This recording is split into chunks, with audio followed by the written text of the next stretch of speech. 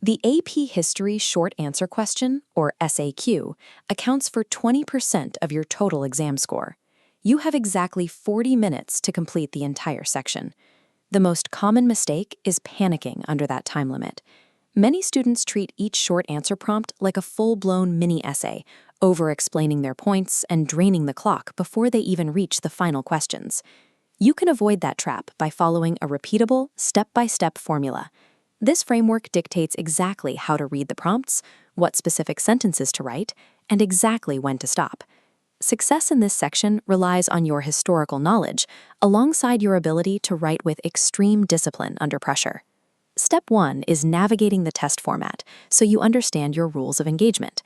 This diagram shows the overarching layout of the SAQ section. The first two blocks are stimulus-based questions, meaning they include a document or image, and they are entirely mandatory. The final two blocks, however, give you a choice. Do not attempt to answer all 4 questions. You only need to answer 3 in total. Pick one of the final 2 options and ignore the other completely.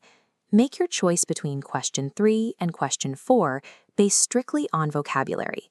Scan both prompts quickly and choose the one where you can instantly recall specific historical terms, names, or events. Understanding this layout beforehand keeps you from wasting minutes agonizing over a question that will never be scored. Step 2 focuses on an order of operations for tackling the stimulus documents without getting bogged down in the reading. When you see a standard stimulus document, avoid reading the large block of text first. Instead, skip straight to the bottom and read the prompt. This trains your brain to look for specific answers, rather than attempting to comprehend the entire passage. Next, read the attribution, or the source line at the top. This single sentence often gives away the context by telling you exactly who wrote it, what it is, and when it was published. Only after reading the prompt and the attribution should you skim the actual document. You're extracting the single main idea needed to satisfy the prompt, nothing else.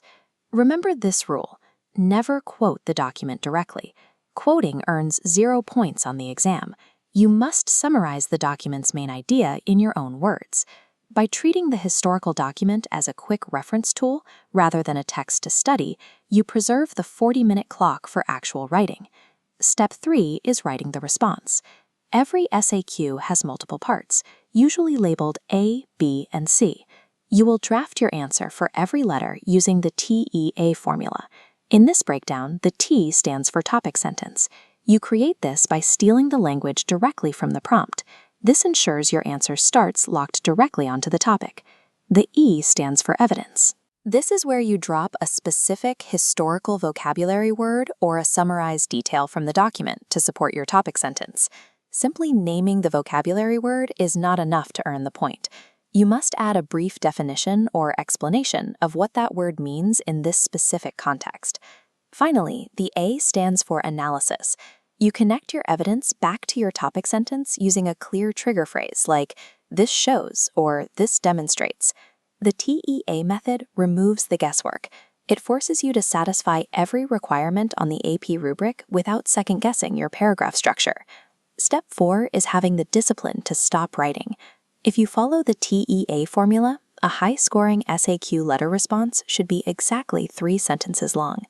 On screen is a complete SAQ response. It breaks down perfectly.